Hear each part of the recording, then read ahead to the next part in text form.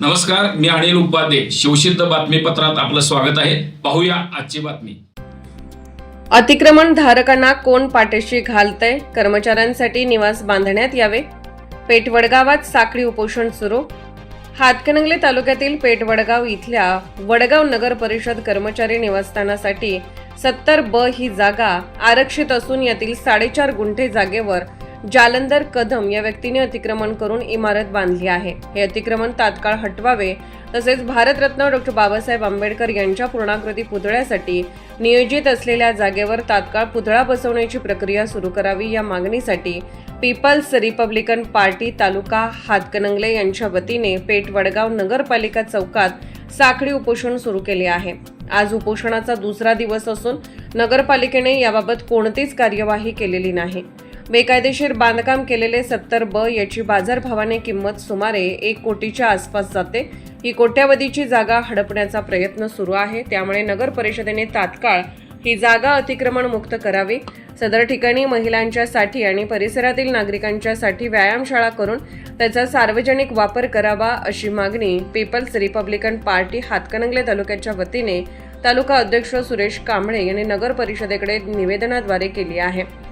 त्याचबरोबर भारतरत्न डॉ. बाबासाहेब आंबेडकर यांच्या पूर्णाकृती पुतळ्यासाठी जागा आरक्षित असून आरक्षित जागेवर पूर्णाकृती पुतळा बसवण्याची प्रक्रिया तात्काळ सुरू करावी अशीही मागणी करण्यात आली आहे. या मागणीसाठी पीपल्स रिपब्लिकन पार्टी हातकणंगले तालुका अध्यक्ष सुरेश कांबळे, प्रीतम मोरे, तानाजी तासगावकर, राज आयरेकर यांनी उपोषणाला सुरुवात केली आहे.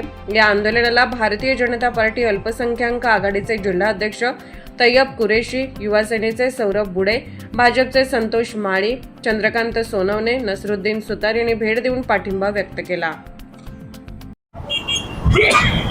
पीपल्स रिपब्लिकन पार्टी हातकणंगले तालुका यांच्या वतीने साखळी उपोषणाचा आजचा दुसरा दिवस आहे. नगरपालिका पेठवडगाव येथील नगरपालिका ही कर्मचारी या कर्मचाऱ्यांसाठी 70B ही जागा आरक्षित ठेवलेली आहे.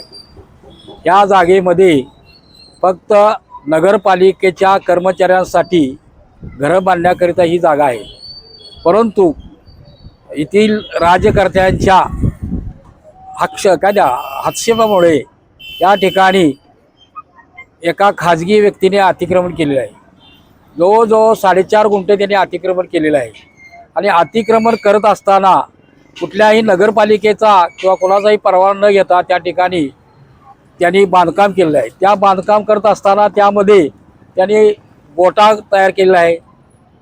त्याचप्रमाणे ती घरं बांधून त्या घरं भाड्याने दिलेली आहेत.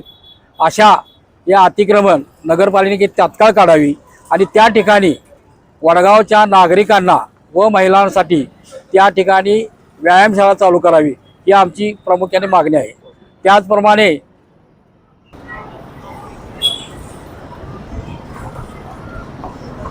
$70B या ठिकाणची जी जागा आहे त्या जागेची आज बाजारभावाप्रमाणे जर बघायला गेलं किंमत 25 लाख रुपये गुंठ आहे. अशी 4.5 गुंठ त्या व्यक्तीनं बळकवलेले आहे. आणि असा असताना सुद्धा नगरपालिकेने आज डोळजाग धंदा केलेला आहे. अशा नगरपालिकेने जी अतिक्रमण धारकाचे जे अतिक्रमण चालू ठेवलं आहे हे अतिक्रमण तात्काळ काढावे आणि त्या ठिकाणी पेठ वडगाव येथील नागरिकांना व महिलांसाठी व्यायामशाळा चालू करावी अशी आमची प्रामुख्याने मागणी आहे. त्याचप्रमाणे पेठ वडगाव या ठिकाणी डॉ. बाबासाहेब आंबेडकर यांचा पूर्णाकृती पुतळा उभा करावा अशी आमची मागणी आहे.